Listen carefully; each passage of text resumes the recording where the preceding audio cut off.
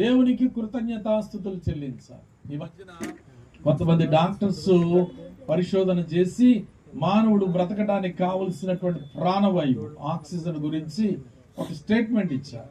ఏంటి ఆ స్టేట్మెంట్ అంటే, ఒక వ్యక్తి ఒక రోజు బ్రతకాలంటే అతనికి మామూలుగా ఆక్సిజన్ సిలిండర్ పెట్టి బ్రతికించాలి అంటే రోజుకి 3 ఆక్సిజన్ సిలిండర్లు అవసరం అవుతాయంట. ఆక్సిజన్ అంటే ప్రాణవాయువు. ఈ ఆక్సిజన్ సిలిండర్స్ 3 అవసరం అయితే రోజుకి గవర్నమెంట్ లెక్క ప్రకారంగా అయితే ఒక్కొక్క ఆక్సిజన్ సిలిండర్ 700 రూపాయలు, అంటే రోజుకి 2100 రూపాయలు ఆక్సిజన్ ఖర్చు అవుతుంది అన్నమాట. కరోనా టైంలో అయితే 1,00,000 రూపాయలు కూడా అమ్మారు సిలిండర్, అయినా దొరకల.